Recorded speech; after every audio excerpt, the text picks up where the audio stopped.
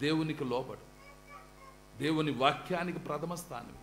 దావీదు అంటాడు, ప్రభువా నీ వాక్యము గైకొనడానికి నా హృదయాన్ని లోపరుచుకున్నాను, ఇది తొద వరకు నిలుచు నిత్య నిర్ణయించుకున్నానయ్యా, నేను లోపరుచుకుంటానయ్యా. నిర్ణయం వరకు, ఎప్పటి వరకు ఇది అమ్మా వింటున్నారా? తుదమట్టుకండి.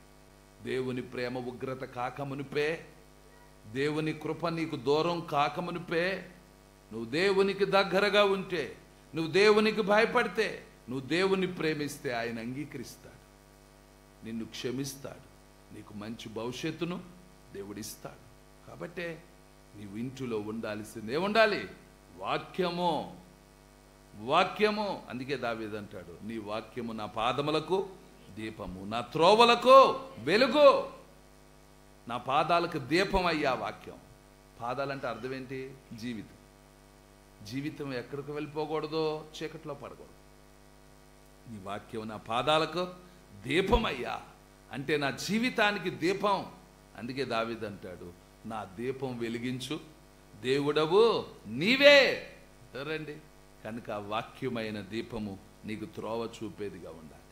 వాక్యమైన దీపము నిన్ను బ్రతికించేదిగా ఉండాలి. వాక్యమైన దీపము నిన్ను జీవితాన్ని కట్టేదిగా ఉండాలి. వాక్యమైన దీపము నీ కుటుంబాన్ని, నీ భవిష్యత్తును కట్టేదిగా ఉండాలి.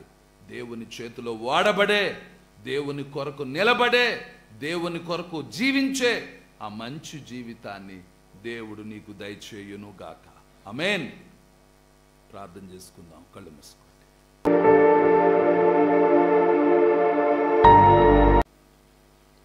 కృప కలిగిన తండ్రి, దయగలిగిన మా ప్రభువా, మీ ఘనమైన నామమును బట్టి మీకు స్తుతులు వందనాలు చెల్లిస్తూ ఉన్నాం.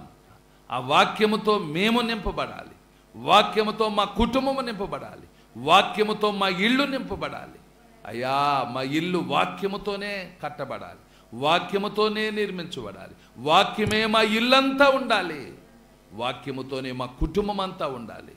మా బిడ్డలు ఎంతమంది ఉన్న అందరూ వాక్యాన్ని వినాలి, వాక్యానికి లోబడాలి, వాక్యానుసారంగా జీవించాలి. వాక్యమే వారి జీవితంలో ప్రాధాన్యత ఇవ్వాలి.